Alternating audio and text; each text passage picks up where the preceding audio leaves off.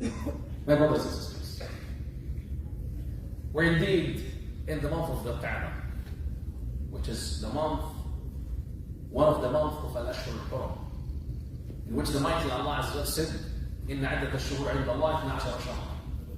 The count of the months are 12. Among them are Arba'atul Hurum, sacred months. And from those sacred months is the Qa'dah, the month in which we are in right now. And this is the month that even Arab in Jahiliyyah used to be mindful of, so that they can put the weapons down to allow people to travel the Arabian Peninsula to make it safely to the old house of Allah Azza wa for Hajj. And as we're seeing the millions around the globe getting themselves ready to embark in one of the most beautiful and significant ibadat to Allah Azza wa Jal, al-Hajj, one feels not confused only, but feels in sorrow, in pain, as we're seeing the continuous killing to our brothers and sisters in Gaza on a daily basis. There is an average of 100 people being killed, civilians, mainly, primarily, children who have sought refuge in hospitals, who've sought refuge in schools, who've sought refuge in United Nations buildings. And what's even more painful that we're seeing, despite of the calls that are being made by the United Nations different agencies, by the different calls of the activists on the social media and the mass media, there is a genocide happening in Gaza. People are dying. Children have died as a result of malnutrition. People are gradually dying as a result of lack of food, medication, and the basics of living, water. And the quality of air is no longer good enough for them to be able to breathe as a result of the bombing, as a result of the toxics that these bombs are exposing. This is all happening as well while we're seeing the systematic cleansing and killing and torturing and mass punishment to our brothers and sisters in Kashmir. And one cannot help it but to draw the parallel between what is happening in Palestine and what is happening in Kashmir. And I don't think it's a surprise, because the first alliance created by the apartheid regime in Palestine, in Israel, the occupied Palestine, started by this government of India, the extremist government of India. So there's no surprise that we're seeing systematic approach between the two sides, attacking Islam and Muslimin. And if this to say something to us, that we need to wake up. Why are we seeing in an Ashhur al-Hurum, فَلَا تَظْلِمُوا فِيهِنَّ أَنفُسَكُمْ, as the mighty said to us, why we still continue to see civilians being killed in Sudan? What's the logic behind the killing of civilians in Sudan? No logic behind it. There's no logic behind it.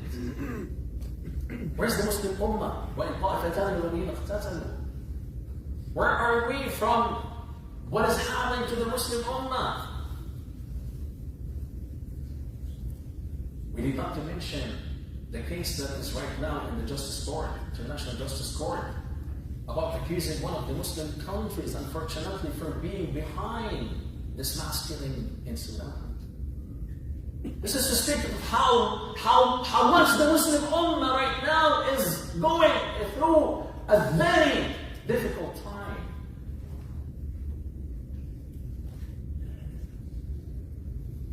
Allah Azza wa Jalla have made Hajj as fariḍah, as He have made Siyam fariḍah, as He have made Salah fariḍah. And there are maqasid to the shara' of those ibadat. And one of the maqasid of the shara' from the ritual of Hajj is to clearly help us demonstrate and exhibit our full submission to the mighty Allah Azza wa Jalla. We're traveling thousands of miles to the old house of Allah, responding to the call of Ibrahim that was initiated thousands of years ago by the command of the mighty Allah Azza wa Jalla. To show that, Ya Rabbi, we are truly surrendering, submitting to your will. That's what we say, لبيك اللهم لبيك لبيك لا شريك لك لبيك إن الحمد والنعمة لك والملك.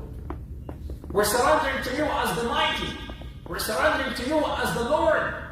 There's no entity worth of worshiping except you as a Lord, as a mighty, as a creator. And we also acknowledge, Ya Allah, إن الحمد والنعمة لك والملك, that our provision, that our affairs are only controlled by you. You're the one who provides. You're the one who protects. And you're the one who has an ultimate power over our livelihood. That's the real meaning. And this is the maqsad, this is the outcome that should be generated out of engaging in an ibadah like this. Yet, we're seeing quite the opposite. Hajj, unfortunately, has become a spiritual retreat whereby people go, make sure that they buy the best package, and if they're not getting the best, the most out of what they're getting, they complain and start yapping and shouting. And we're proudly saying, oh, I bought this package, I was in this hotel, I was in that camp. We forget all about the essence of this ibadah to make us come out of our comfort zone, to surrender to the mighty Allah Azza wa Jalla. And on the top of that, as we unite from different parts of the world, speak different languages, but we unite in our actions as we're surrounded, as we're doing our tawaf around the old house of Allah Azza wa Jalla, we're showing our unity. We're demonstrating how we are as an ummah in one heart, with one feeling. This is one of the most important maqsad, outcome of this relationship. This used to be the case in the previous years when Islam and Muslims and the Muslim Ummah was a real Ummah believes in the teachings of the deen of Allah. This was the case. So that, if you may, inshallah, come forward, as I see that the message is getting full, inshallah, just come forward and put the spots in front of you.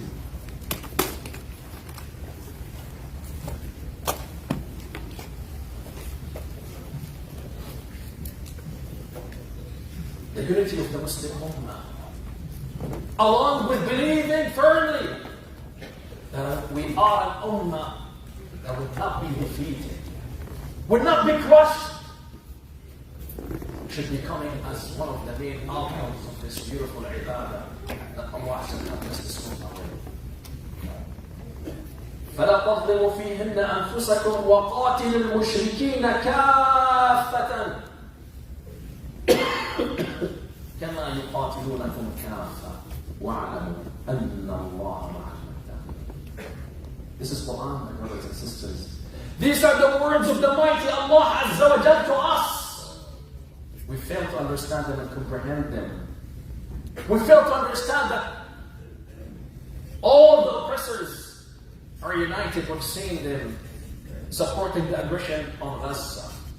We've seen how the bombs and the flow of power is going to support this apartheid regime. They're all kaffa together, standing against the haqq. They want to extinguish the nur of Allah with their own mouth. They're unable to do it. They will not be able to do it until the Ummah believes firmly that we're Ummah, believe in the mighty Al-Aziz Al-Hakim. إِلَّا تَنْصُرُوهُ فَقَدْ نَصَرَهُ اللَّهُ. Nasr from Allah Azza wa Jal. وَلَوْلَا دَفْعُ اللَّهِ النَّاسَ بَعْضَهُمْ فِي بَعْضٍ لَهُدِّمَتْ صَوَامِعٌ وَبِيعٌ وَصَلَوَاتٌ وَمَسَاجِدٌ.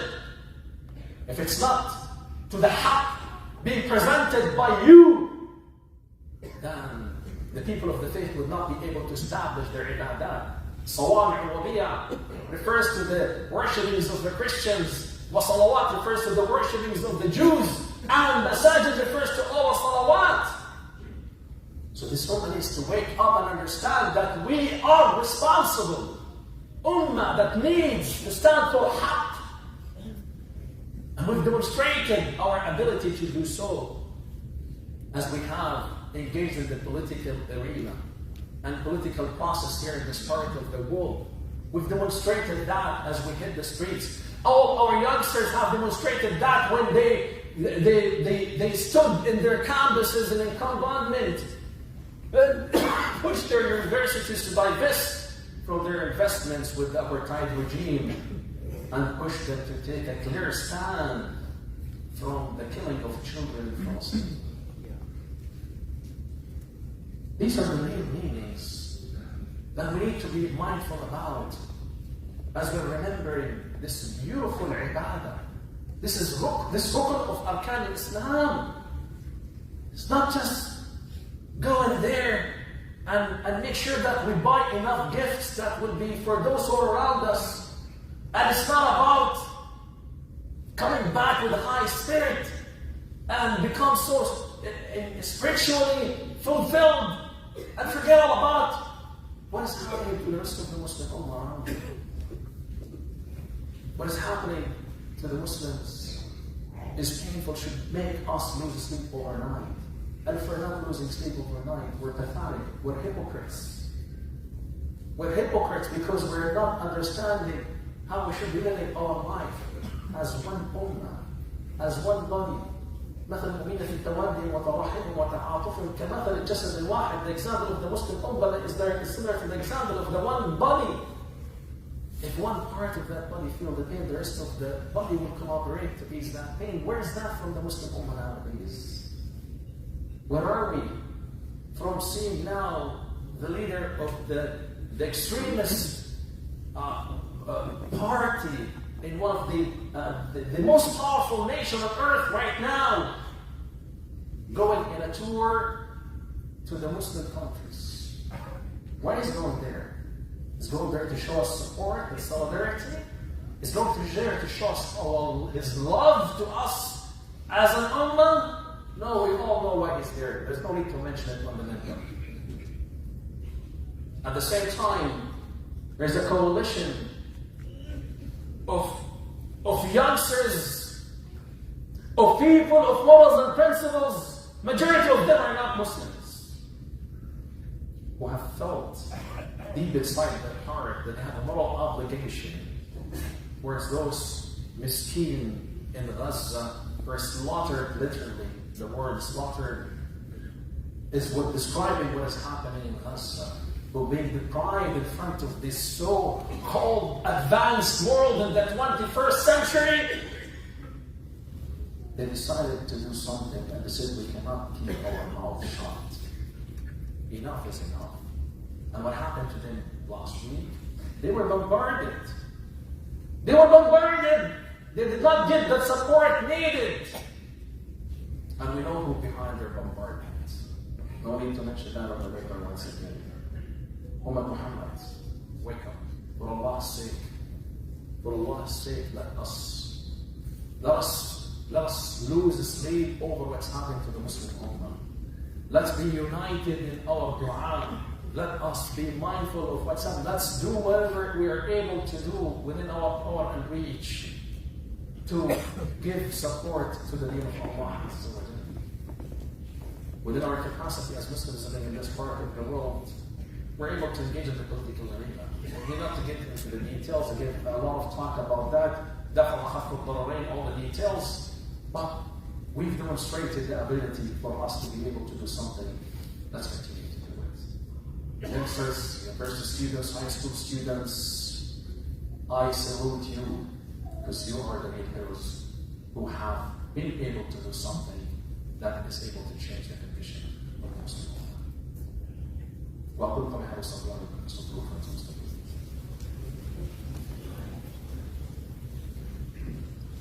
استغفر الله. الحمد لله نحمده ونستعينه ونستهديه ونستغفره ونعوذ بالله من شرور انفسنا وسيئات اعمالنا من يهده الله فهو المهتد ومن يضلل فلن تجد له وليا مرشدا. إن الله وملائكته يصلون على النبي يا أيها الذين آمنوا صلوا عليه وسلموا تسليما. اللهم صل على محمد وعلى آل محمد كما صليت على إبراهيم وعلى آل إبراهيم، وبارك اللهم على محمد وعلى آل محمد كما باركت على إبراهيم في العالمين إنك حميد مجيد. اللهم إنا عبيدك أبناء عبيدك أبناء إيمانك نواصينا يا رب بيدك، ماض يا رب فينا حكمك عدل فينا قضاءك. نسألك اللهم بكل اسم ولك سميت به نفسك أنزلته في كتابك أو علمته أحدا من خلقك أو استأثرت به في علم الغيب عندك بأن تجعل القرآن العظيم ربيع قلوبنا يا رب. اللهم اجعل كلام همومنا وأحزاننا. اللهم يا رب جبريل وميكائيل وإسرافيل فاطر السماوات والأرض عالم الغيب والشهادة أنت تحكم بين عبادك فيما كانوا فيه يختلفون. اهد قلوبنا واختلف فيه بالحق بإذنك فإنك تهدي من تشاء إلى صراط مستقيم. اللهم يا سامع الصوت ويا سابق الفوت ويا كاسي العظام لحما بعد الموت صل على نبيك محمد صلى الله عليه وسلم واجعل لأمة الإسلام من همها وغمها فرجا ومخرجا يا رب العالمين. اللهم إنا نجهر إليك ونتضرع إليك في هذا البيت من بيوتك في هذه الساعة المباركة بأن تحقن دماء المسلمين في مشارق الأرض ومغاربها. اللهم انزع الوهن من قلوبنا. اللهم ارفع راية الحق يا رب العالمين. اللهم وفق لرسول دينك فإنك على كل شيء قدير. وصلى الله على سيدنا محمد وعلى آله وصحبه أجمعين وعلى السلام. الله أكبر الله أكبر. أشهد أن لا إله إلا الله. أشهد أن محمدا رسول الله. حي على الصلاة.